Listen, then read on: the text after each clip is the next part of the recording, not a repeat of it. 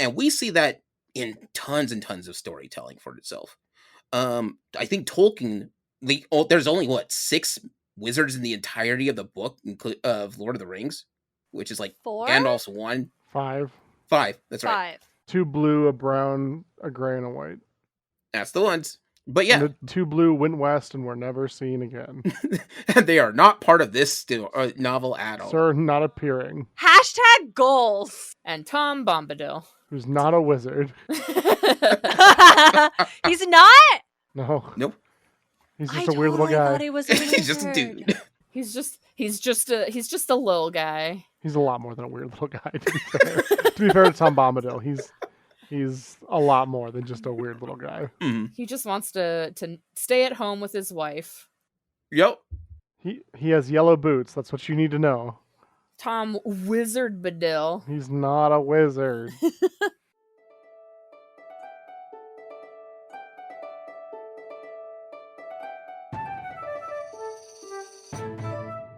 Just a reminder, this is a spoiler-heavy podcast.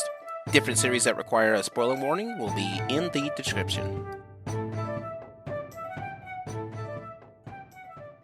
Hi everybody, and welcome to another episode of Gaming Theater Podcast. Today's episode is going to about magic systems in storytelling, and we can approach that topic. Now, to help me out with this topic, we got a few guests on our roster, so over to my right, let's go ahead and get these introduced. Now, before we get started, once again, my name is Leo, I am the Geek Scorpio, and I'll be your host this evening. Now, over to my right is going to be... Hi, my name is Liz. I also go by Zombie Hand. I am an artist, and I help work on things for Gaming Theater Presents and Gaming Theater Podcast. And over with us again to help us out with this topic is going to be... Hello, I am Darian Smart. I am here from the podcast Eragon And Back Again, where I co-host a show covering Christopher Paolini's Inheritance Cycle, one chapter at a time. And also with us is someone who's been on the show several times. What up, GTP? It's me, your boy, Dane.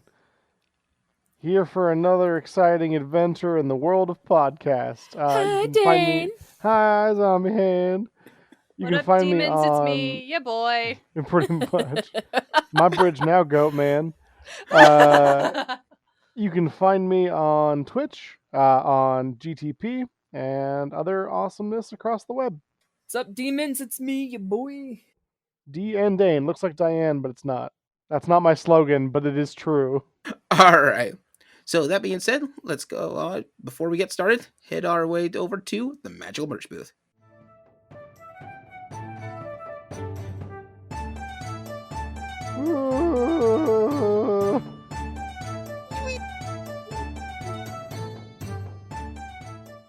Here we are at the Magical Merch booth. Now, today's Magical Merch booth is going to be a little bit different. Though Darian has been on our show several times on it, We're here with a different series of books and storytellings and options.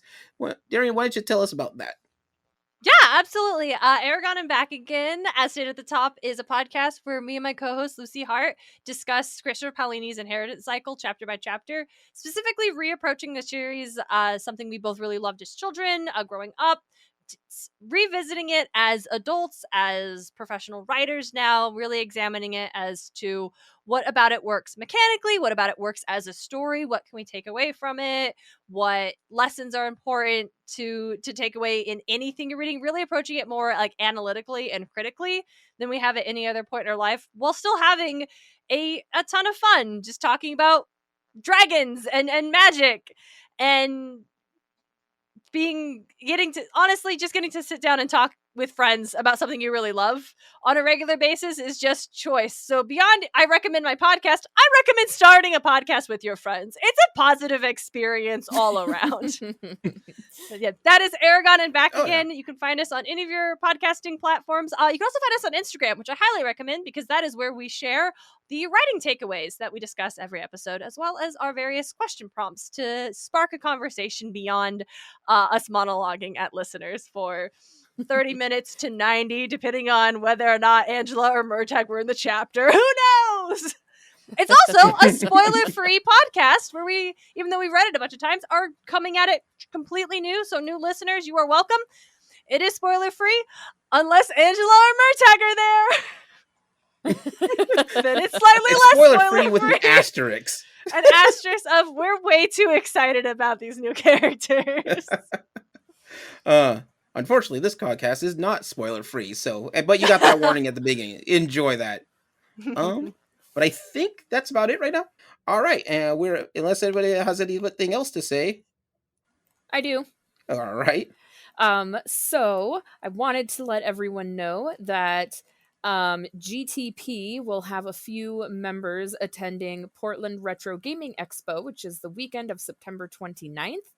I don't remember that exact weekend, but the 29th, that Friday, Saturday, Sunday. I will be there. Geek Scorpio will be there, and Tomato Man will be there. And we will have t-shirts. We'll have free stickers. We'll have our business cards. I'll be selling my art. And then, just like the rest of the people at Portland Retro Gaming Expo, we'll be selling some things from our collections. So you can That's so definitely cool. find us there if you are on the lookout. Mm-hmm. It And looks that'll like be, that is. I think we're both on the same fact. That is September 27th through the 29th. Yes. We will be setting up on the 27th, so there's no actual access to our booth that day. But the 28th and the 29th, we will be at our booth, enjoying, having fun. That's so cool. And you can come find us. We'll have t-shirts. Yes, I've been waiting for that. Now, in that case, you've got not one, but two different visits to the magical merch booth in this particular episode. Unless Dane's got anything else, we can move on with this. Cats. Just hearing cats. Just all the cats. All right. That being said, let's get back to the show. Yay!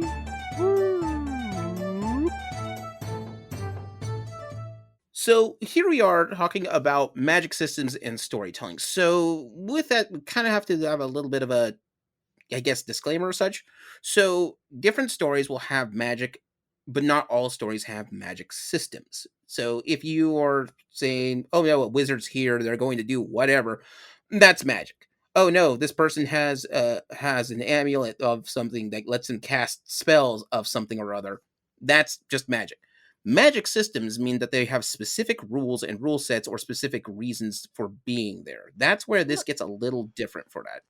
So Leo, some I magic think systems I have are to disagree. I'm very Mhm. sorry, and I know I disagree. I think everywhere there is magic, there is a magic system, and whether or not it's a hard magic system or a soft magic system is where you're going to find the spectrum of it. But if there's magic, then there are a system Rules. that magic operates on, whether they are explicitly known, Even if to they're- the audience yes. or not. I think you're right. Okay, so there's soft magic systems where, I don't know, a wizard did it, called it a day. Mm-hmm. Yeah, well, and Yeah. if you have an amulet that's like, it can do X, Y, and Z, but only once. Why? Because. Don't worry about that. Why are you asking that? Isn't it pretty? Chill. Yeah. So, and it's kind of a interesting thing because some writers will force themselves, and story creators will do that to make large magic systems to be more complex because not only does that give you rules in your magic system, this also makes it so that way you have rules that you can't break in your magic system for itself. And that's so important because otherwise you just have Yeah. rampant magic. Mm-hmm. Like the worst case that you have is something where someone will use magic as a Deus Ex Machina device and basically, all right, and the heroes win because whatever. Yeah. Yeah. Now, what's interesting is a lot of different stories and such they don't have to touch on this really hard in some cases. Like they don't have to put it in a way where these are the solid rules, but at least enough of a rule set so that way this rule sticks in there for you.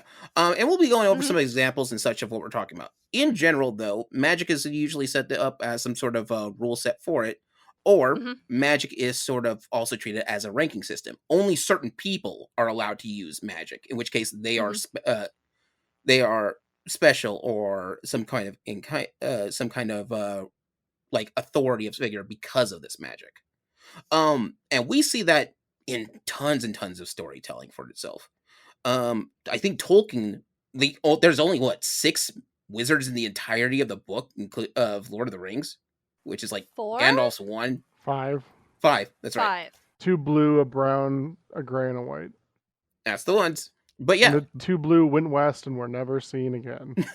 and they are not part of this novel at all. Sir, not appearing. Hashtag goals. And Tom Bombadil. Who's not a wizard. He's not. No. Nope. He's I just a weird little totally guy. thought he was a He's just a wizard. dude. He's just a little guy. He's a lot more than a weird little guy, to be fair. To be fair to Tom Bombadil, he's a lot more than just a weird little guy. Mm-hmm. He just wants to stay at home with his wife. Yep. He has yellow boots. That's what you need to know. Tom Wizard Badil. He's not a wizard. I have Leo, in regards to something you touched on just a little bit ago, and I want to jump on it before we get too far away. When you mentioned the idea of like there are rules to the magic systems, and whether or not they're like explicitly explained to the audience is another matter. And I think something important to underline when it comes to discussing magic systems and whether or not we can deem this as a successful magic system within a narrative is that even if the audience does not know the rules of the magic system, be it a hard magic system or a soft magic system, the audience should know what the characters who perform magic are capable of. Yeah. If you want a weird example for that, Kim Possible in that series, There's Ron magic in Stoppable, Kim Possible? all over the place. Specifically, Ron Stoppable has a magic incarnation of being the This mystical monkey martial powers. arts master. I did a Kim But, Possible like, it podcast goes- for a while. Yeah. But the thing is that even Ron will just go, I don't know, it turns on and off once in a while and such. And like Very soft just- magic system. that's a very soft magic system. If the plot says that Ron needs to not have this, yeah, he doesn't have this. Yeah.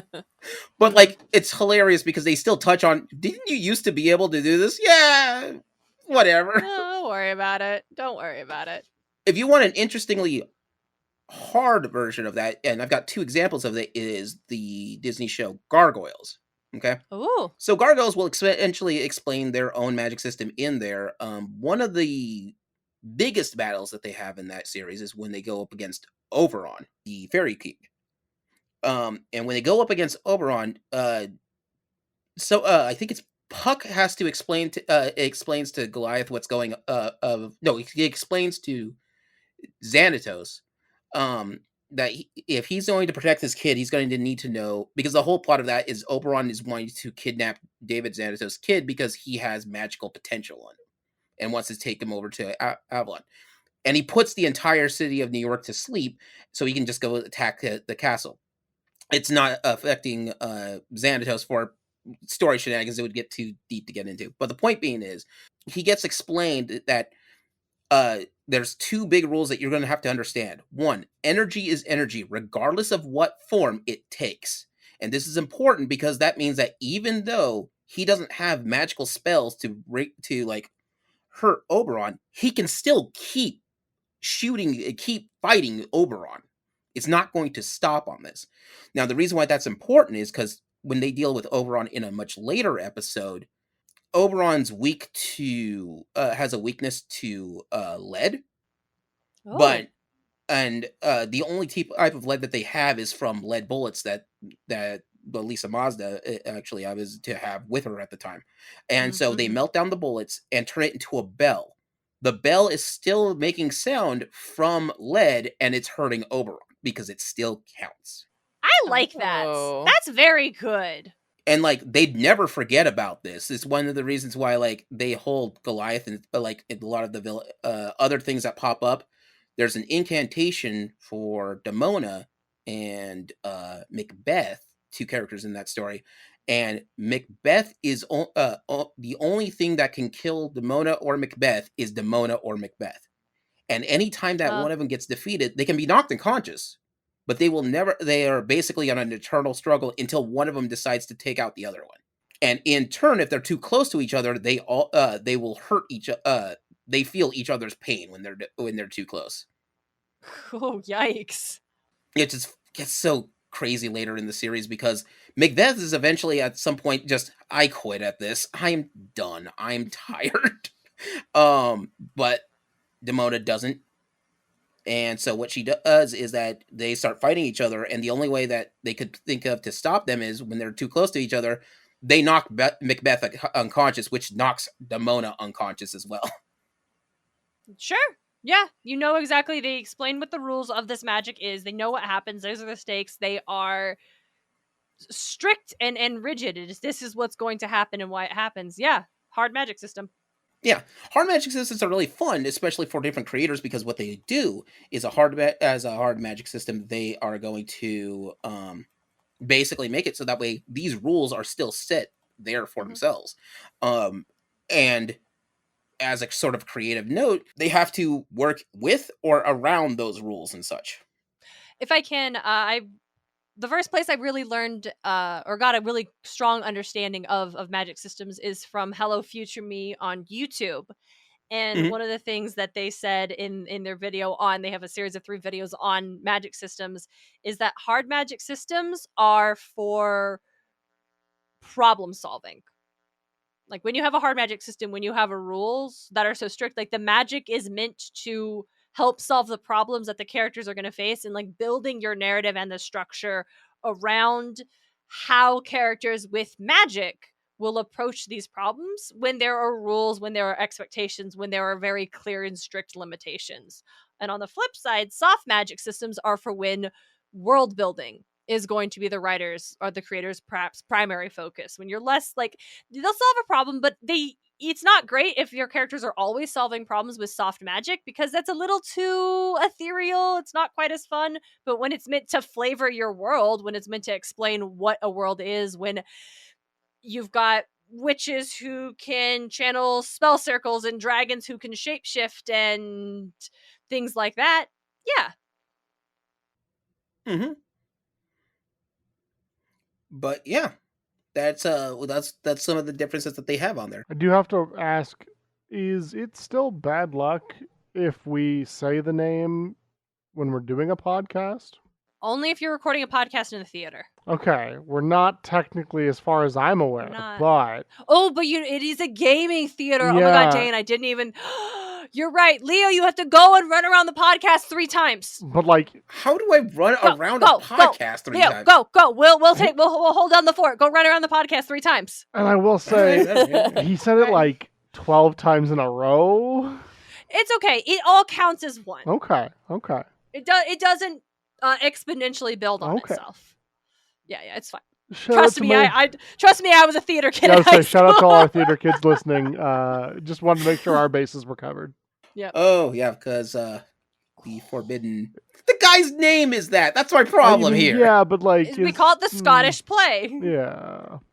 But that's his name. I mean, I know it's and his you call name him the Scottish King. In the Gargoyles.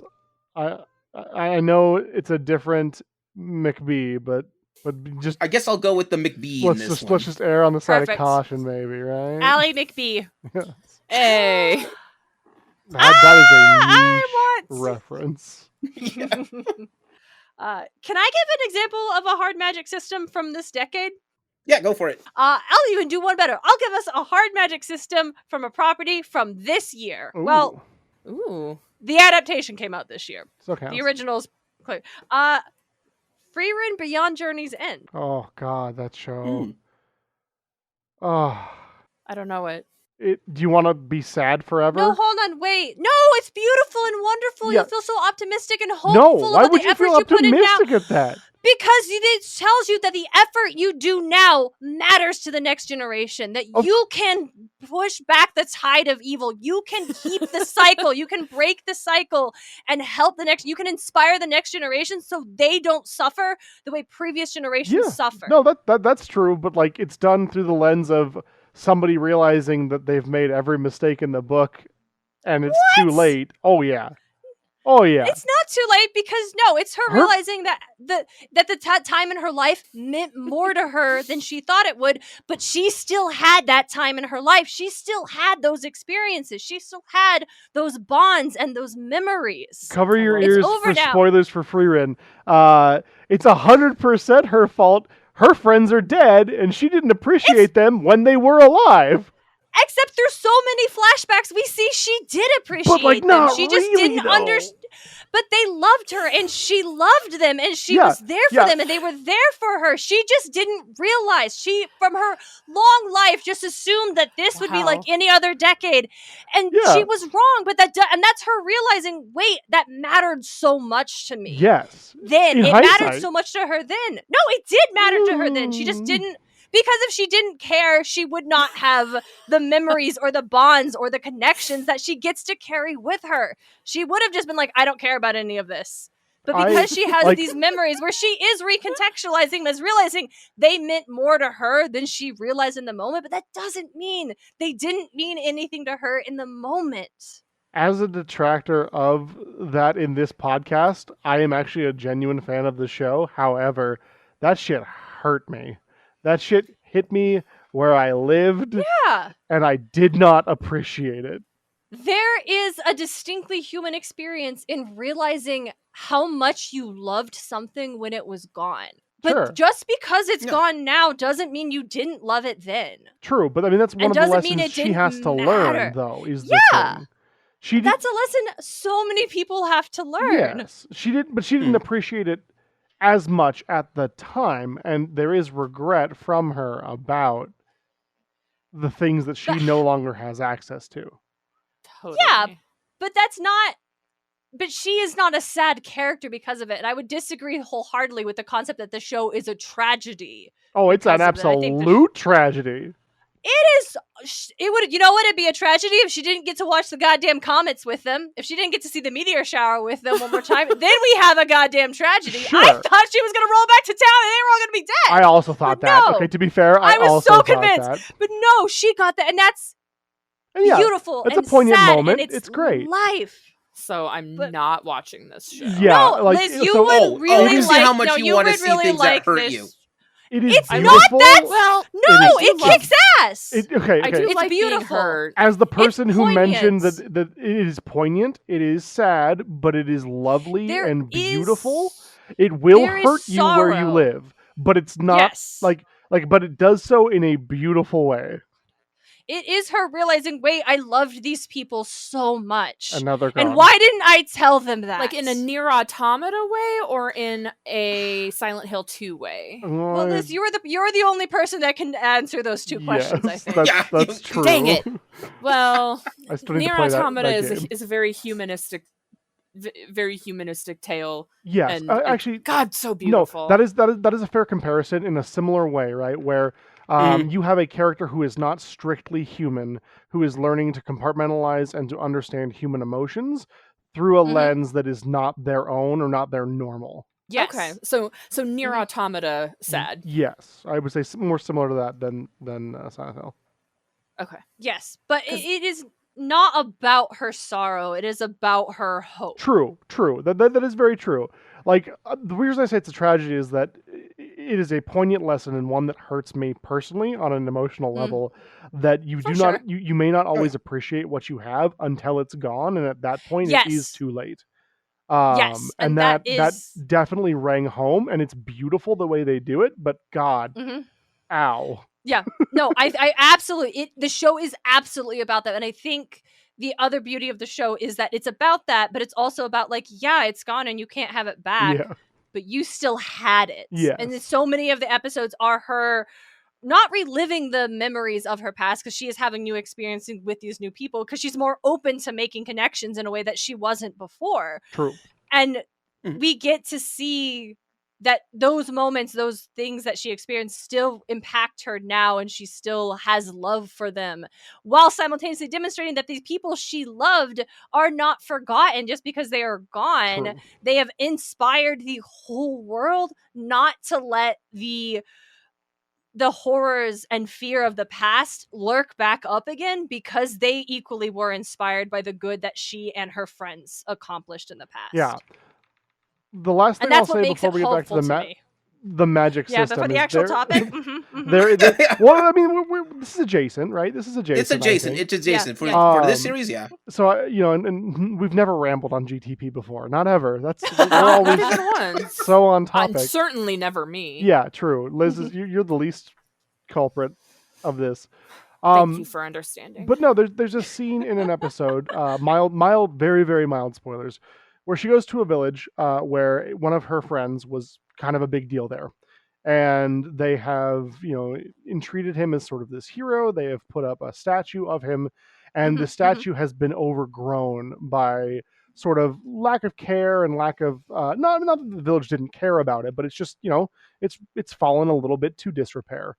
And there's a very poignant scene where she stands there and she kind of enacts a plan on how to bring it back to its former glory and try to make it a little bit better. And it's a very, very lovely episode because of that. Yeah. It's pretty early on in the series, so I don't feel too bad mentioning it. But that's one of those where she's like, "Oh, I didn't really appreciate this at the time, but now, like, I didn't care about this about a statue. It was just a thing. But now it reminds me of my close relationship, and that's important to me. I get to see my friend again because they built a statue of him. Yeah, I get to see my friend everywhere because villages built statues of him. To go back to the point, the magic system in that show is phenomenal.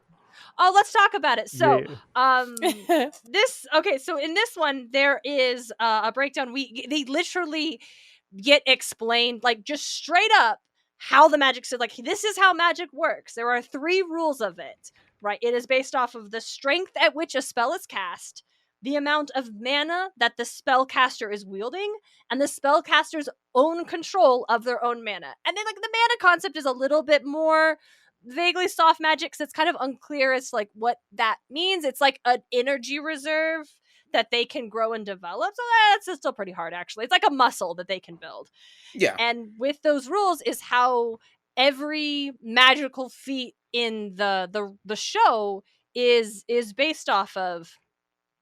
And I think the more mild spoilers for early episodes of Frieren when they discuss defensive magic, right? Like, oh, someone sent a blast at you and you cast up a magical barrier, right? Like, they can do that, but it's explained that creating like an entire wall or like a bubble around you to protect from all angles is exhausting. It takes so much of the energy and the control to do that it wipes the magic user out completely, whereas the attack magic doesn't cost nearly as much, so they can just hit you again and you can't defend yourself. So what she teaches her apprentice is how to block only where the magic is actually specifically coming at, like these pinpoints of these like bursts of the protection magic, and how that is perfectly in line with the rules of magic. And what makes her apprentice so talented is her stamina and her speed at being able to do that. Like, she takes down much more powerful opponents because she's very, very good at how the rules of the magic system work. And it's chef's kiss, so good. It is Sorry, go ahead. Yeah, go on. Yeah, another moment that I really enjoy is there's this, again, mild spoilers. I know we're a spoiler heavy podcast, but I just want to. It's a new recent series, so it's very recent. Yeah. Just want It's not like Lord of the Rings we talked about earlier. Yeah. That was Or Gargoyles. or Gargoyles from the 90s. Yeah, I just want to make sure that those who are Wait, watching. Lord of the Rings isn't new? Yeah, well, they're doing a new one, right, on Amazon? Yeah. I mean, there's the movies were from 2002. Oh, I was talking about the books. No, I know. Also, Liz, that was 22 years ago. Yeah. I know you're I laughing, do but not like, I do say need that. but I need to underline. I hate Do this not game. say that to me ever again. I was in high school when those came out. So Frieren, Oh right? man, Liz, I was in second grade. Frieren, right? Yeah. New. What, are we talking about Zoltrak? Yeah, so Voltron's pretty cool. It's a cool show. No! Check it out That's not what I on said. Netflix. No, don't check it out. yes. Save your goddamn time. Watch She-Ra instead. This podcast brought to you by Netflix. Please sign up. No, don't. It's all going to be cut anyway, so I don't mind saying it. Yes, we're talking about the Demon Lord, who terrorized the countryside and was known as like a powerful magic user and this absolute scourge, like just this incredible fight that they had at some point. He invented a And- killing This curse. is in Frieren. Yes, this is in Frieren. Frieren? Okay. Yeah. Yes. I didn't Yep, know yep. if we had moved on to something. No, we're still No. there. We're still there. And Oh, Liz, it's also like a D&D type world. It is I don't know if we similar. mentioned that and why you should watch it. It's super great. Yeah, Sorry, go on. it Dave. is very good.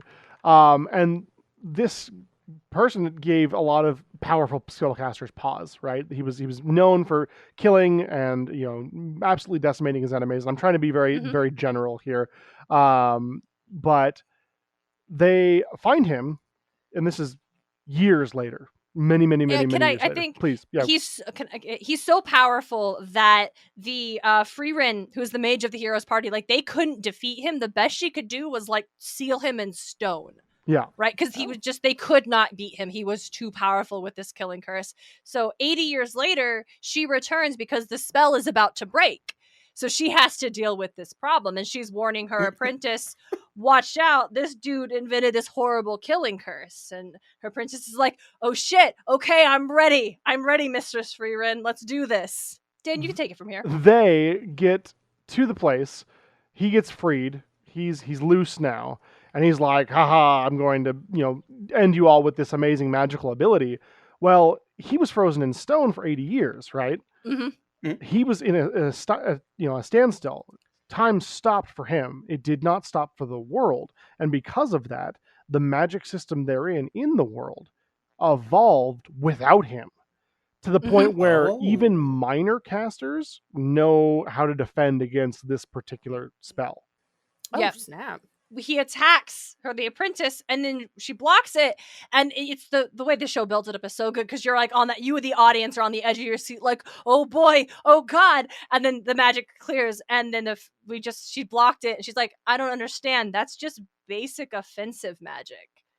And the whole point of the way Frieren was teaching her was literally to demonstrate how, like, yeah, that spell was incredibly powerful and scary 80 years ago.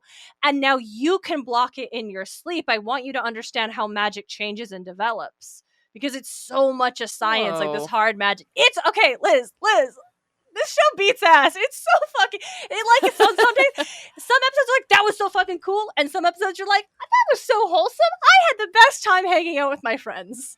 Like, listen. And every episode is like Scrubs, where you're like, that was a really good episode, but man, I'm emotionally destroyed. I've never watched an episode of Scrubs. I did not realize that it would emotionally destroy you. Oh, yeah. Listen, it can. Listen, it can. Yeah, and they get rough. Wow. I watched another, shout out to another YouTube video essayist, Paytox Anime, who did a really neat Frieren video breaking down the magic system. But they pointed out like how hard magic systems work like science, and Frieren does that very, very well. And to the other comparison, I was like, oh, well, if hard magic systems are science, soft magic systems are art. Yeah, that doesn't mean they don't have rules. That doesn't mean they don't build off of skill. That doesn't mean they're less impressive, but it does mean they are doing something fundamentally different. What I always find a little bit interesting too, right? And when you look at a D&D type world, I know we're going to get to 5th edition a little bit later in the outline, but no, it's fine. We can hop in now. Cool. When you look at a different world and different magic systems, right? Even in Frieren, but also in D&D, right? The magic systems themselves are sort of canonized a little bit differently, right? So like wizards spend time, they go to school, they study, they have a spell book, they read out of that spell book, they prepare their spells. Priests wake up in the morning or whenever and go, hey, are you there, Glorthog, the Defiler? And he's like, yeah, man, it's I got me, you. Margaret. What up? What do you need? And he's like, oh, I'm thinking like a cure wounds today, maybe like a channel divinity. Would that be cool? And he's like, yeah, dude, for sure, got you. Here you go, enjoy. And it's completely different. Sorcerers wake up and they're like, well, my family has good blood, so I guess I can just cast spells. And by good blood, I mean magical blood, right? Sorcerers in the D&D universe are all about somewhere down your lineage, you have somebody who has canoodled with a being that maybe they ought not to have, and now you have magical powers because of it. Yep. So like draconic bloodline sorcerers, there's dragons' blood running through your veins. That's what gives you access to magic in sorcerers. Speaking of YouTubers, I was watching Jojo Cat did an example about Dungeons and Dragons. It's a hilarious series, but I think he hits the nail on the head. Joe Cat. No. No. Anyway. Yeah, Jocat. Joe Cat. No, I was making a joke. I know. Just to be clear. Because that's a person. Joe Cat. Doja Cat. Yeah. Not Doja Cat, though. If she is interested in playing D&D, I'm down. Yeah, we're in. Yeah. That's what she would say is, yeah. But what happens is they explain it as if you are a sorcerer, basically it's my daddy owns a car dealership of magic users. Yeah, it's a pretty reference. Just the Chad of magic users on that. But like, that's a sorcerer right there. Did they have to study years and years and go to the magic college to do this? No. Did they have to sell a part of themselves and work deeply with the warlock? No. Did they have to praise to a deity and hope that they're blessed with that? Because they can take that magic away. That's a thing that happens. Yeah. Not if you're a sorcerer. Yeah. You just have it. Yeah, if you upset Enjoy. God will take your toys. If you upset, your ancestor, that doesn't matter. They don't care. They can't take your bloodline away necessarily. Yeah, Warlock is a great call out too, right? Where, Right. Hey, this Cthulhuian nightmare monster has agreed to teach me the secrets of the universe. All I need to give it is my immortal soul. That's a pretty good deal, right? But I do think it's very interesting that both in Frieren and in D&D, as well as other sort of similar properties, you have this sort of difference in a magic system where, it seems like Himmel's quote-unquote magic in Frieren does not quite work the same way that Frieren's does, right? In similar ways that like a cleric's magic doesn't work the same as a wizard's magic does in D&D. I love stories where there are multiple magic systems at play. Yes. Like, it's so uncommon, but when it's done and when it's pulled off well, it creates such a rich and like interesting world. Like, my favorite example's got to be Cassandra Clare's Shadowhunter series, because you have like the Shadowhunters, who are this like elite force of like mortal human warriors who get their magical abilities from super special cool tattoos that channel like angelic power, and they can do cool shit until their temporary tattoo wears off. And then you have warlocks, who are the children of a demon and a human. And they also can do magic, and they do spells, and they have their own internal pools of energy that they have to learn how to control and use. And then there are werewolves who can shapeshift at will, and fae who have their own magic. But it's such a delicate balance of, like, I would say the Shadowhunters are a very hard magic system, because you know what they can do, and their rules are very strict. Warlocks are a little bit towards the middle because they have rules, but sometimes it can be a little bit in flux. And then, like, the Fae are out there doing whatever the fuck they want. It's the softest magic system. It's a fresh leaf of a magic system. It's choice. It's a baby's freshly powdered butt of magic systems. Basically, because they're so fairies. soft. In kind of a similar way, right? The Dresden Files, Jim Butcher's series. Kitten's fur of magic systems. Not again! They got back in! No! The mages in the Dresden Files series are very much codified. They learn spells. They have talismans. It's very like, I do this, then I do this, then I do this. And there is an extension of one's will, right? I don't mean to simplify it too much. But then you have the paladins, who are 3 warriors, literally, given weapons by God that are the nails of the cross in order to fight evil. They literally have swords forged from the nails of the cross that Jesus hung on in this world. And there's just literally just faith, right? Like, as long as they believe, they are proven worthy, kind of very Mjolnir-esque, they are able to wield this sword and dish out God's divine justice. Whereas wizards are over here being like, I got like a shield talisman and a stick with some runes on it. Let's go. Let's do this. So I do always kind of love the mixture of hard, soft, and kind of in the middle magic systems as well. I think that's very interesting. I want to bring this up because there's a magic system for it, but you're against type with it. Castlevania, as its lore in the series. The main characters are always going to be a Belmont. That's the gist of the thing. It's not until roughly about 1800s when they start figuring out maybe we should use magic. Yeah, true. Because all they got is a whip and axes and axes and other things stakes for it, right? But their lineages, they study how to fight monsters and Dracula specifically. That's their whole codified family line. That's what they do. You get and whoever's the next up to whoever's once every 100 years, Dracula's gonna show up. Congratulations, kid! Here's your whip. Better hope that you got lured. But all the big ones, Simon Belmont, Trevor Belmont, none of them learned magic until it gets to Richter in the middle of the series. And it's not until, and this game doesn't actually exist, it's just this is the line. So in the lore of Castlevania, in 1999, eclipse happens during that time frame, which brings Dracula back. However, because of the incantation, they figure out from years and years of having to fight Dracula constantly, they found out how to put him down permanently. Ooh. However, to do that, they have to give up the whip. The whip is the only object on Earth that will work on every monster. Yep. And so that's the trick. That's a trade. That's a trade. Okay. Not worth. I don't think. Also, fun spoiler fact, it doesn't always keep him locked away. That's like 3 Game Boy games that are about that. But anyway, towards my point here is like Castlevania has it so that way the magic system in that is for all the monsters, all the creatures. They are lethal to certain things like silver or you have to put an incantation. Unless you're the Belmonts, which have that whip, which lets them put down anybody in the list. Including Dracula himself. And death. Why not? It's just a thing it can do. Mm-hmm. Speaking of which, I need to get back to playing Symphony of the Night. I got really good at it. Hey, Liz, do you want to talk about Full Metal Alchemist Brotherhood? Oh my god. I have not watched Brotherhood, or I haven't watched Brotherhood in ages. That's okay. I'm sure you probably can remember enough about how alchemy works to speak on it as a magic system. Equivalent exchange. And what's the rules on that? Equivalent exchange. Yeah.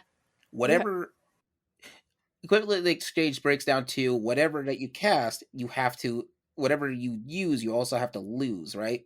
It's you have to lose something of equal value. Hold on, can we say the title of that again real quick? Of the anime we're talking about. All right, I'll say it, and will you say it? Okay. Yeah. Full Metal Alchemist Brotherhood. Full Metal Alchemist Brotherhood. Full Metal Alchemist Brotherhood. Thank you. Full Metal Alchemist Brotherhood. That's right. What a good fucking show. That's a great show. So good. That is so good. Great magic system, too. Great magic system. I will say this, though. There are some things that the original does better. Okay. Interesting. I'm gonna put my 2 cents out. The first 25 episodes of the original is what people should be watching before they hit up Brotherhood. Agreed. Because it's literally the first 25 episodes of the original are the first 10 of Brotherhood, because that's when the original caught up to the manga, did its own thing. And then I feel like those, because they're given more time, the particular death that happens in episode 25 is so much more impactful. Yes. I cry, but I didn't cry during it in Brotherhood because it felt very rushed. Agreed. That's a very good point. 100%. Yeah. I also love the original Full Metal Alchemist. I think that, especially for having caught up to the manga, and certain other animes caught up to the manga and were not good, and I've probably gone Saiyuki on this before, possibly on this podcast. Saiyuki turned into hot garbage of an anime. But I feel like Full Metal Alchemist stayed true to the tone, stayed true to like the themes. It really did everything really beautifully and really well, and it was heartbreaking. And Conqueror of Shambhala only made my heartbreak moderately better. Yeah. I love the original Full Metal Alchemist, and I stand by it. No, it's really good. Brotherhood is phenomenal, and it's heartbreaking in a different way. Yes, it is. I love both, and I feel like there are things that each of them does 100% better than the other. Like, Absolutely. in my opinion, the original does Armstrong better, but his sister is incredible. I was gonna say, but Brotherhood has Olivier, and oh my god, she is my wife. Oh, she's great. If she would have me, she's 100%. I think she would. I think she would. She's so amazing. She's so good. So it's equivalent exchange. You have to give something of equal value, and so that's the whole premise. Is, you can have what makes up a human body, but that's not going to give you back the person that you want. And that's exactly what it is. Ed and Al were children trying to get their mother back, and they thought, hey, we have all the components of what makes up a human body. We gathered all of these. We put it together. We're going to get our mother back. And they did get their mother back, but she came back wrong.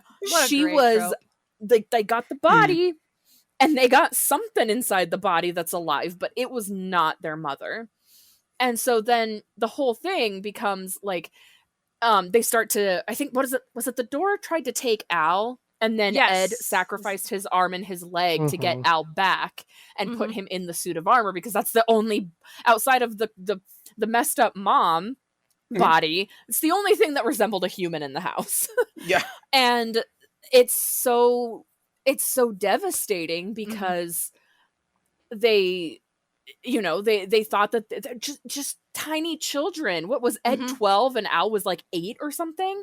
Very young, yeah. Yeah, and they really were like, we want our mom back. We're gonna do this thing.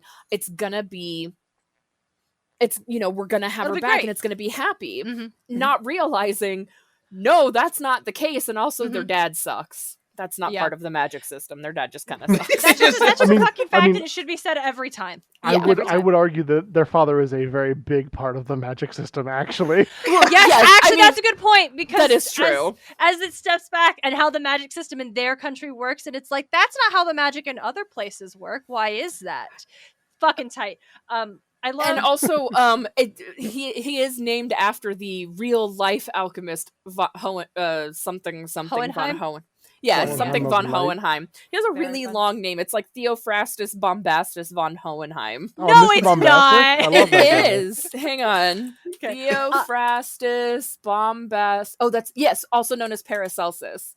Theophrastus von Hohenheim. Maybe the Bombastus. I thought that was technobabble. The Bombastus was a little extra, a little bombastery. I want to talk about. Was listening to Shaggy a lot. No, it is Theophrastus Bombastus von Hohenheim, also known as Paracelsus. It is Bombastus. That is the man's name. I'm so sorry for questioning you, Liz. Bombastic? I am humbled. I am ashamed. Wait, so is this Mr. Bombastic?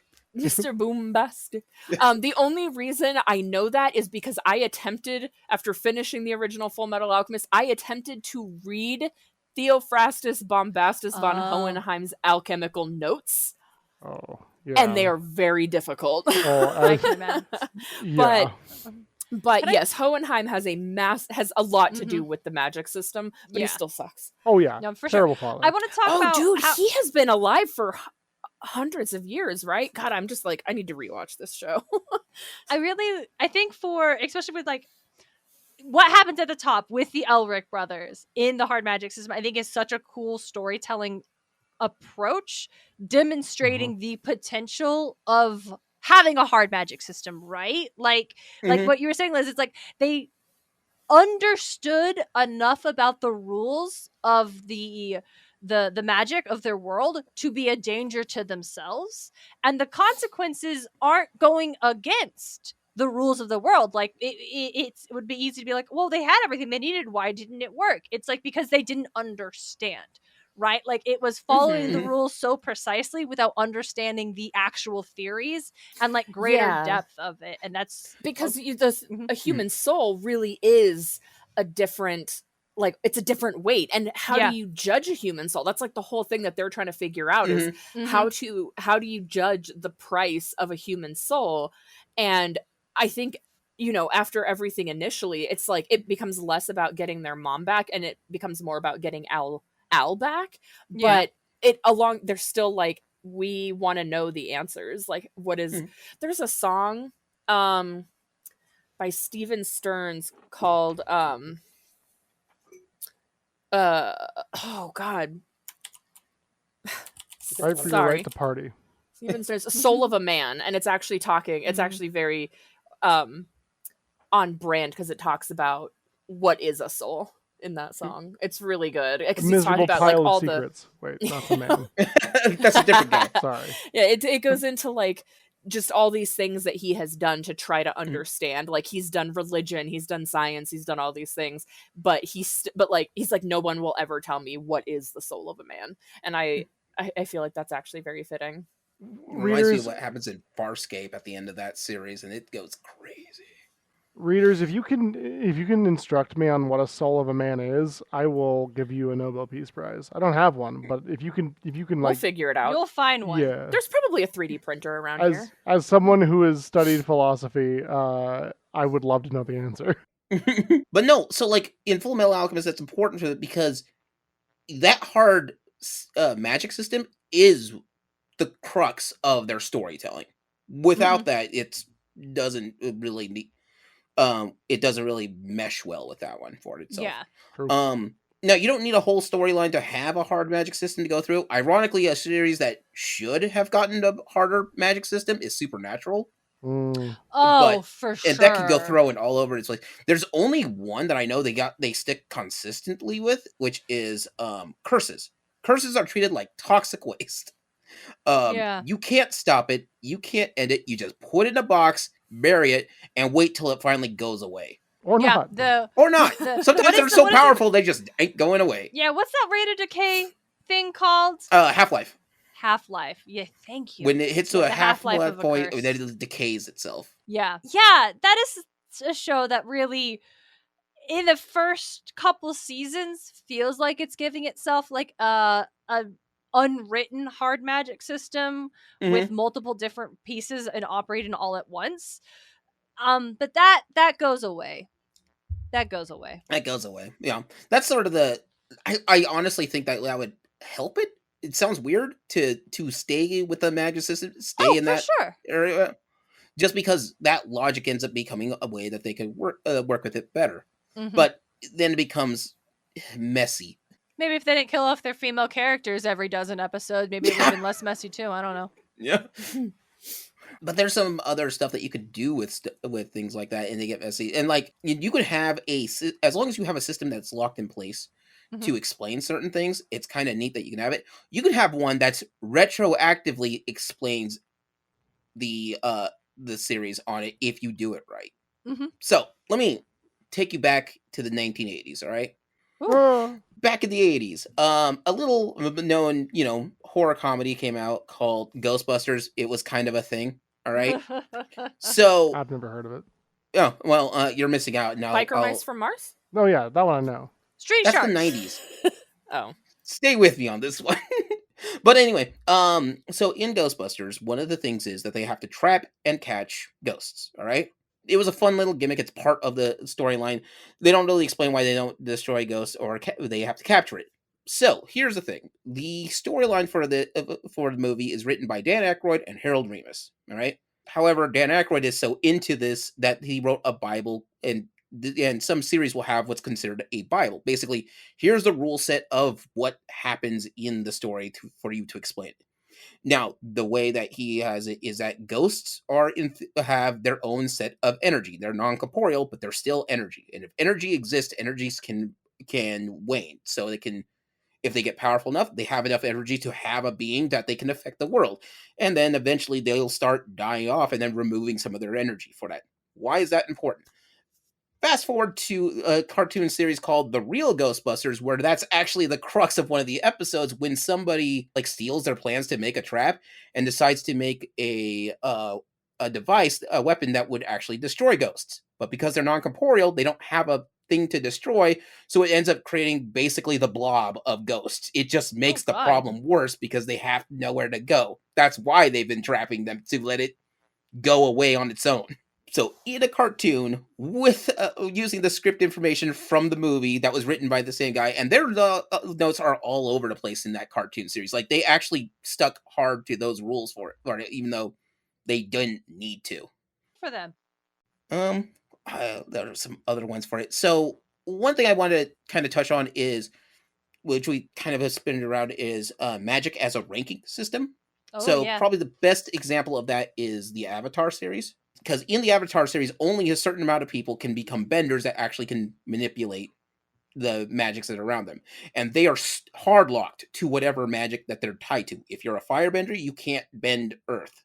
you can get some kind of leeway on that if you know what you're doing with it. Firebenders can still bend like lightning if they know enough heat. Lava, or is that an earthbending thing? I never remember. Lava's an earthbending thing.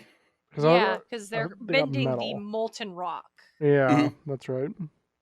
But one of the things about that is like Uncle Iroh learns a technique from watching waterbenders. He can't bend water, but the technique still works, so he can move lightning through it, channel it through his body, and get it out of there. He can't move the water, but he can stop lightning from hurting himself. And then he teaches that to Zuko, which is eventually how Zuko ends up beating his sister. Azula. But those are hardlock places. The Avatar's the only one that can just use all four. And if you can use all four, you are the Avatar. There is no one else on the planet that can use all four. That is it.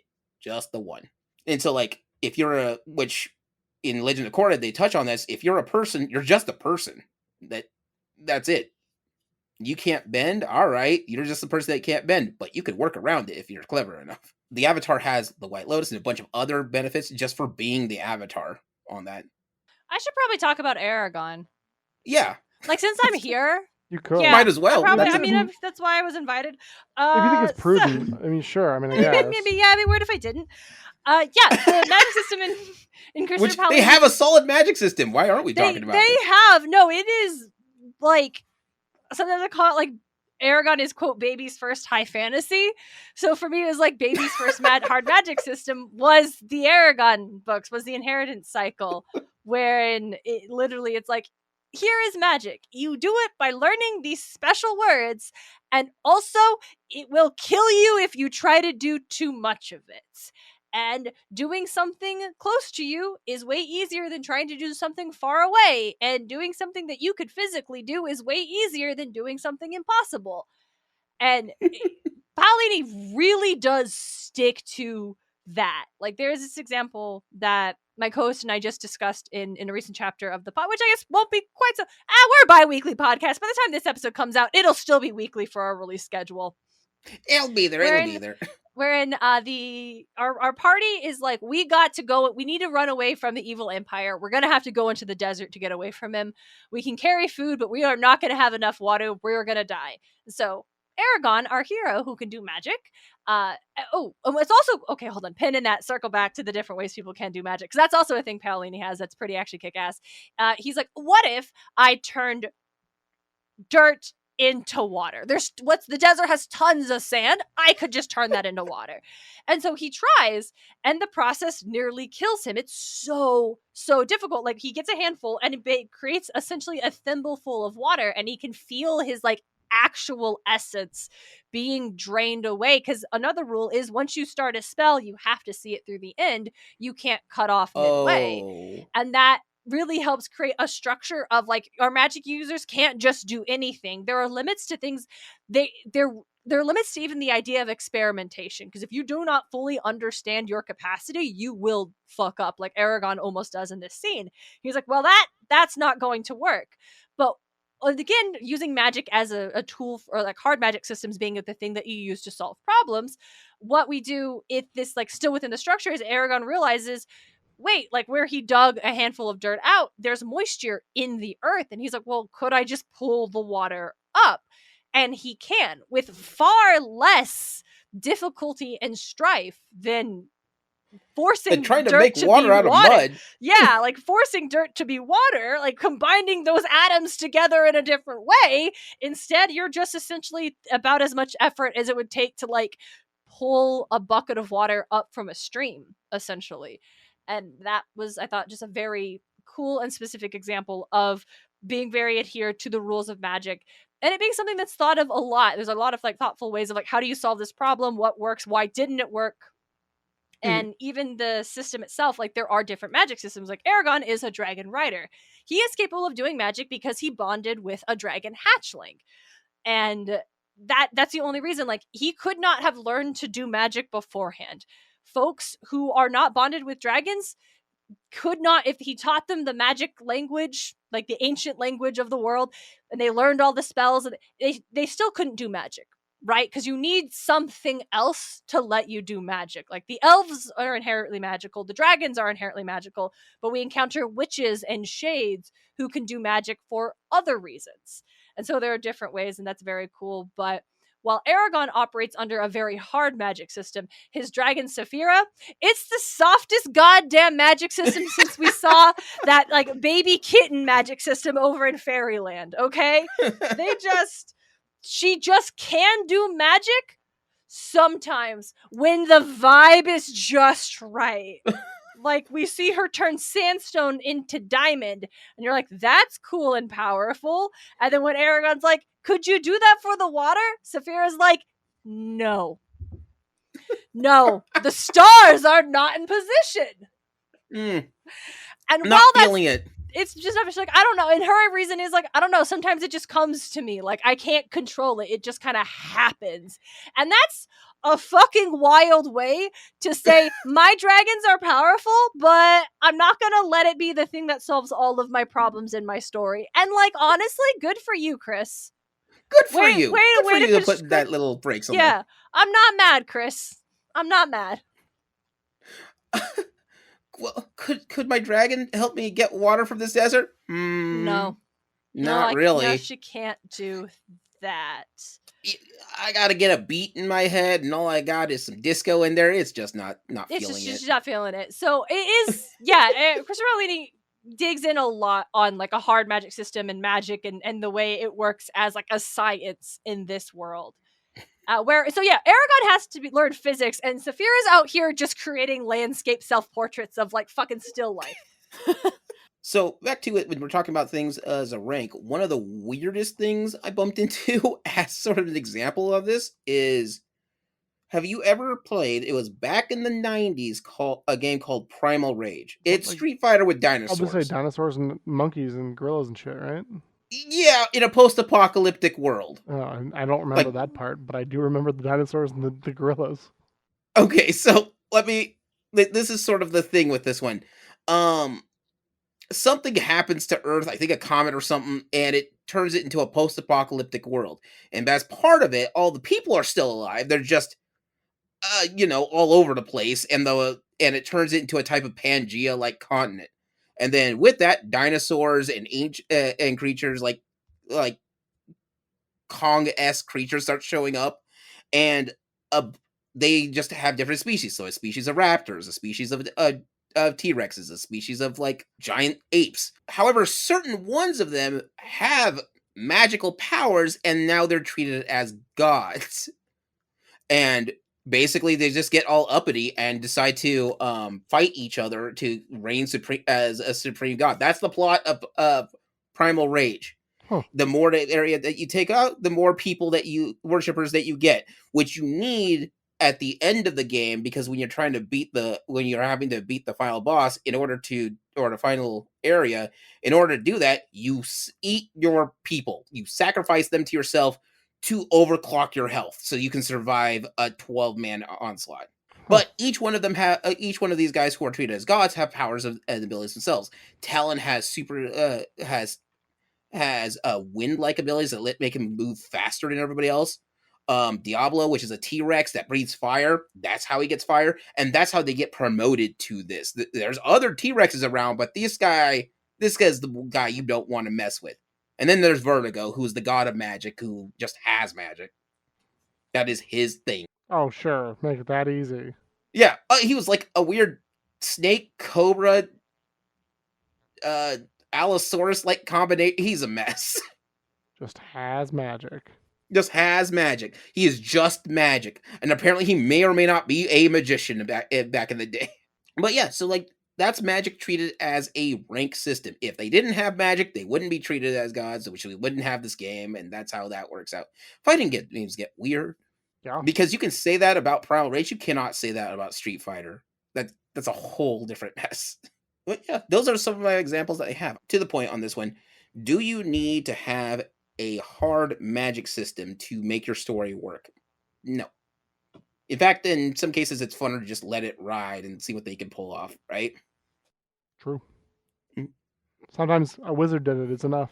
It's all I need. But sometimes, here's how a wizard did it. That's also or, important. Or sometimes the wizard did it, but we are satisfied with that reason because of course the wizard did it. That's completely aligned with their character, and who else was going to solve the problem? True. Yeah. Or the hindrance. That wizard is what did it. We got to go stop him. A wizard did it. Gonna get me some wizard. Gonna go take him down a notch. Wizard did it. Like I think that's the last bit I have on this subject, unless anybody has other examples and things to bring up. There are so many, right? I have one that Leo asked me to be on here for. Yes. So I was gonna talk about a different one, but I'm gonna talk about this one because it's the one I remember better. Because I was gonna talk about Brandon Sanderson's Stormlight Archive. Because I love those books and I need to really catch up so I can finish the fourth one because he's now writing the fifth one. They're just so long. Let's be honest, he's writing the fourth and the fifth and the sixth one probably all at the same time. That's just who he is. Well, it's so wild. So I'm on his not podcast. I wish I was on his podcast. If you were on his podcast, cool. why didn't you? I know. No, I'm on his. If you know him on a first name basis, you need to divulge that. Me and Bran. Yeah. Bransan. It's what I'm allowed to call him. No, I'm on his mailing list, and he actually went a few years without writing between the books 3 and 4 because he was writing other 100 other books. I think he was actually writing like a couple Magic the Gathering books, and he was writing oh my god, like some of his Alcatraz series, I think it's called. And anyway, then he was like, yeah, I've started writing the 4th book, and I started it on a beach in like Hawaii or something with my family, and then 9 months later it was out because that dude just can write like I'm gonna write a book. Like that's all the motivation he needs. And it's a 52-hour audiobook, so like that. It's just anyway. I love his books, but I can't fully remember the way that the magic works in the Stormlight Archive. I know it has to do with Stormlight, which they have these raging storms that are magic filled, and so people leave these particular stones out during these storms, and the storms imbue them with stormlight, the gems, and so then you keep these gems on you, and some people you can use them for lights. Like it's actually mentioned that in like one of the their version of a castle, the torches are actually all these gems that have been infused with stormlight, and that's how they make light. But then people can also draw from them to use their magic, and people, depending on who you're blessed by, basically, because you take different oaths, and depending on you and your journey and all sorts of factors, you get basically blessed by one of these 12 ancient magic powers, and then you can use the stone or the light from these stones, and that actually fuels your magic. But another book by him that I love and is part of the Cosmere, which is just like Elantris and Stormlight and just like a bunch of one shots and other things. It's a book called Warbreaker, and it takes place, technically you should read it between the first and second book, but you can read it between the second and third, which is where I read it, and it still works. But it takes place on a completely different planet, and it follows a magic system where everybody is actually they use everybody when they're born is gifted a certain amount of breaths, and it's not like you're breathing, it's you use your breath to incite this magic and or invoke the magic. And people everybody has a finite amount of these breaths that they can use, and once people will and only if you really know how to use them or can use them. And so there's some people who are very adept with them, or have like there's I think the God King is actually gifted breaths from, like, people will come and sacrifice their breath to him, and so he has an unlimited amount, but he can't use them because all the God Kings have their tongues cut out when they're kids. Oh, wow. And it's so they can have just this endless supply of this magic, even if they can never use it, because then it gets passed on to the next, like, generation in line. Anyway, it's a phenomenal book. But there's people who offer their breath, some people who use it all, and some people who have it forcefully taken from them. But once you use them all, oh god, I can't remember what they call them, but it's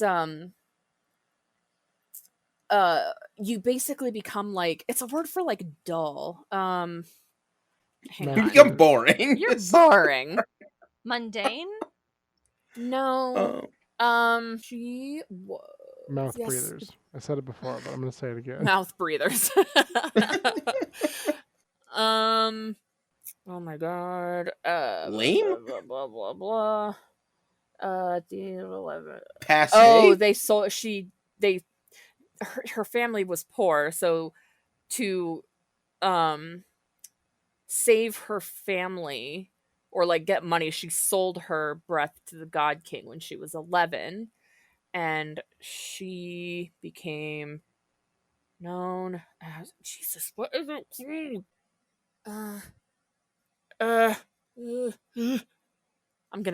This is gonna make me insane. An interesting, boring, tedious, tiresome, wearisome, dry, flat, bland, featureless, colorless, monotonous, unexciting, drab, dreary, somber, dark, subdued. Ooh, it might be drab. Muted, toned down, lackluster, lusterless, colorless, faded, washed out, muddy. I want to say faded. I want to go with that one. The this book is very so good. I love it, but it's really neat because they have like gods that come back to, like, they will die, but then they come back, and some of them are just so delightful. Well, all I can think of is, quick, zombie hand, send a message to Bransan, see what you got. Hey, Branson.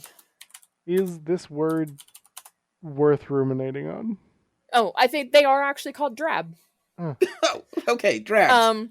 Yeah, and so she is known as a drab. She just looks lifeless. Like, her hair and her skin just have like very little color to them, because she sold her breath to the God King, and they gave her money for it. And it was a really interesting one, because you get to see how, like, different people are affected by whether they use it or don't, if they have the ability to use it. And you follow a few different characters. You follow Lightsong and Blushweaver, and Lightsong is so delightful. You follow the God King, and, well, you don't really follow the God King. You mostly are in, like, the point of views of the two sisters, Ciri and Vivenna. And yeah, anyway, it's such a cool system because it's so different. I just feel like I've never really seen anything like that before. But I don't know, I feel like Brandon Sanderson is one of those people that puts a lot of thought into his magic systems, and he's very good at adhering to them. Like, he will not break any rules. And I think I don't know, I just wanted to talk about that one because it's amazing. Oh, yeah. Well, yeah, that's way too many in books for us to just pick a few, right? I mean, yeah, it's Mistborn, true. Wheel of Time, like, Just could go on about those. Read Warbreaker. I love it. He cuts off right before the war happens, and kind of like finishes it up, and it really is more like the journey than the destination, because the destination is this war, and then he's like sums it up in 2 pages. But everything getting to that point is very like phenomenal, and also, like, the point of it wasn't the war, it was everything that happened before it. So friends we made along the way. Yeah. But yeah, so like I think that's all I've got going on for this episode. Anybody else on this? Oh, there was one I wanted to mention, which is kind of interesting, sort of a nod.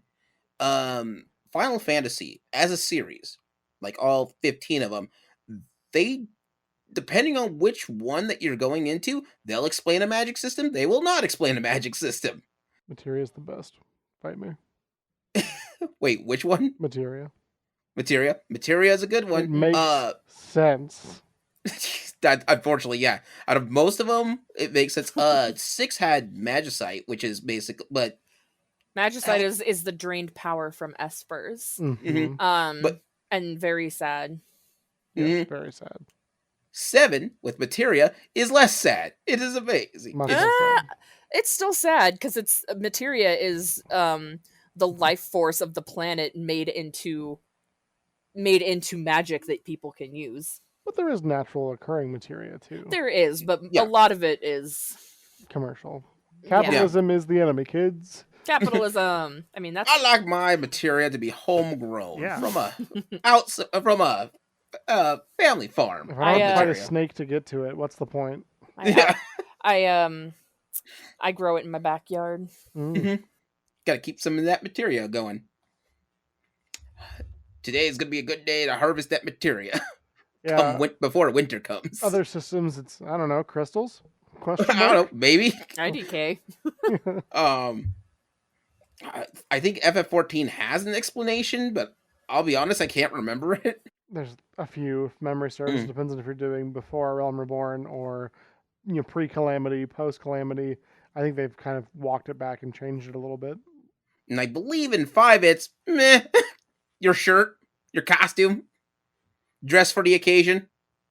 That's the job class system there, folks. True.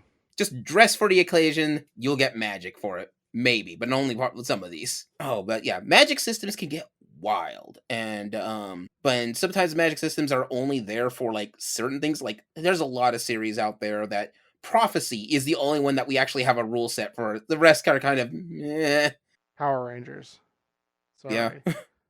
No, Zordon is the harnesser of all of the energy. Just kidding. He was a really powerful wizard.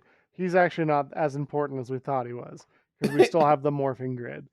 Just Mhm. kidding. Now there's the morphing masters. They monitor the morphing grid and maybe created it, but like also probably not. But maybe. Mhm. Power Rangers is an interesting thing. Also, most of it's consistent for like Yeah. all 20 iterations of it. They have a magic system, and sometimes they have mages who use the magic system, which are not necessarily the magic-based Power Rangers. Yeah. That's Figure that out. I didn't say it wasn't confusing. Yes, It gets messy and muddly. I'm just saying they try to be consistent. Very true. Try is sort of the key word on this. You can't be what is it, at some point the morphing grid doesn't work with you right, unless sometimes it does. Yeah. You can age out from this position or not. If you morph one more time, this will kill you because your power coin is cracked. Unless Mhm. it doesn't kill you, and then you're fine. Unless we can milk it for like 5 more episodes. Zordon died destroying all evil in the universe. Just kidding, he missed some. Don't worry about it, it's fine. Now that is a soft system. So yeah, Yes. very soft system. Oh, it is probably the most kitteny of this. I love that that's now my new phrase. How tough is this magic? Hard as a diamond or kitten level. Kittens are very soft. Mhm. So that being said, I think that wraps this up. So if your storyline it's really, there's no wrong way to do it, but some may appeal to you more than others. I personally like a structured system. It may sound weird for it, but I do enjoy having a system that's in place with rules and rules set, so that way I can see where people are working with or without these. Mm-hmm. Well, and it feels almost lazy or juvenile to have a magic system that's just because. True. In It my can be. opinion. Yeah, that doesn't mean it's a bad story. Yeah, but you're gonna lose me if I start asking questions and you can't answer them because you're like, I don't know. A wizard did it. A wizard, I God. think I think it comes with the idea of having an internal logic and consistency. And even if that's not something that you can write down why it happens every single time, so long as the same thing is happening every single time when faced with the same events, the same stimuli, then there is an understanding that it's like, okay, you know what's going on. There is something here that is a structure that you're just not pulling out of thin air, Deus Ex Machina style, when it's convenient for you to do so. Yeah. You guys, a wizard did it. No, I absolutely agree, though. Silliness aside. It needs to be consistent, if nothing else. A wizard did it. Yeah, consistently a wizard. Exactly. If it's a wizard every time, we can do this every time. It's true. Well, we don't know that it's not a wizard. We don't. I'll be honest. Could be Mark from accounting, who's also may or may not be a wizard. I can't. He's absolutely a wizard. All right, so I think that's a good wrap up for us. So you as an audience member or anybody out there, you kind of have to feel for your storylines for it. One of my favorite storylines is the comic series for the Army of Darkness, which, yeah, that thing is so... Ash is available in it? Good enough. Oh no, everybody else has problems to deal with this? Good enough. But Ash could just take out a ton of these guys with a chainsaw. Works for me, I guess. To our audience out there, why don't you just let us know, send us a message, or we're always on any of the social medias out there, and let us know what some of your favorite magic systems are there, or at least a story from that. Like, now I'm going to go watch some Frieren after this. Yeah! That thing is amazing. Prepare your body and mind and soul. I will not be watching it, at least heart. until I'm in a place where I can feasibly... Truthfully, Oh, best no, choice. That's Best a good point. choice. Yeah, there are some elements that, based on your personal experiences, like, I think the things that hit Dane harder are things that perhaps resonate with you in a more different way than they resonated with me based on our own, like, lived experiences. Yeah. And that is it's the kind of show that is truly going to be subject to the audience's experiences, and everyone's going to walk away with something different, which makes it truly incredible that it can in fact be doing so many things. But no, for sure. Once my buddy I used to work with, he had just gone through a nasty ass breakup, and I was hanging out at his place, and I looked over and I saw he had just gotten an Amazon package, and it opened up, and it was Your Name on Blu-ray. Oh, and I lit up, and I was like, "Oh, Casey, you're going to love this. It's so..." And I paused for a second, and I looked at the movie, and I looked at him, and I was like, "I will let you know when you're ready to watch this." I'm gonna take it for a while. I'm gonna take this for a while. It's not safe for you to watch this right now, my man. But yeah, Frieren can be like that. Yeah. And it's like, I just have to know, like, I'm good with, like, things that are emotional or dark or whatever. It's just sometimes I need to know going in how badly I might cry, because then that can set my mood for a while. Or what happens. I've had enough people who watch the new Fallout series just come to me, if the dog doesn't make it, I will burn this place to the ground. My sister's first question: does the dog die? Mm-hmm. And I was like, not the main dog, but you do see... I mean, you don't see the puppy get incinerated, but you see the puppy get put into an incinerator. Yeah, it's... My that's a sister bummer. was mad. About it. Yeah, she was mad about that. She was like, you said the dog doesn't die. And I was like, the dog doesn't die, but the other one does. Dog does not die. That's a spoiler that everybody, like, wanted to know. Oh yeah, you cannot kill the dog or you will have a riot on your hand. But that being said, I think that wraps this up for this episode. So yeah, let us know if you're some of your favorite magic systems that are out there, and not everyone, and some people will want tougher and more strict rules on their magic. Some people want it to be very playful and such, and it really sort of has to be on the mood and I think on the theme of the story. Like, if it's a hard adventure kind of story where it's going to be they're dealing with this problem going in and they have to solve this, I'd like a harder magic system. But if it's like, a playful little fun Sunday afternoon sort of thing, whatever. That being said, our next episode will be available on September 20th. And I think that is about it. I think we're good enough to wrap this up, guys. Good. Sounds like, yeah, I'm satisfied. All right. I've got a kitty cat who keeps bugging me to feed her, so I gotta do that gotta before wrap she it. gets mad at me. I will have to go check Alright. on the ones as well. And I gotta go finish Hades. Yeah! Yay. So excited. Oh, for those not in the know, Zombie Hand has just beaten Hades for the first time. Not going to spoil that because that's an experience. Yeah, and I have love that. managed to avoid all spoilers, so... Which means that Zombie Hand did not listen to the podcast episode that me and Darian did about Hades specifically. Yeah, I mean, if Yeah. I know that it's gonna be spoiling something that I want to experience, I will avoid it. Fair enough. But yeah, that being said, thank you everybody for listening, and thanks to our guests for coming on to this show. And this is Gaming Theater Podcast, logging out. Bye, everybody. Bye! Toodles.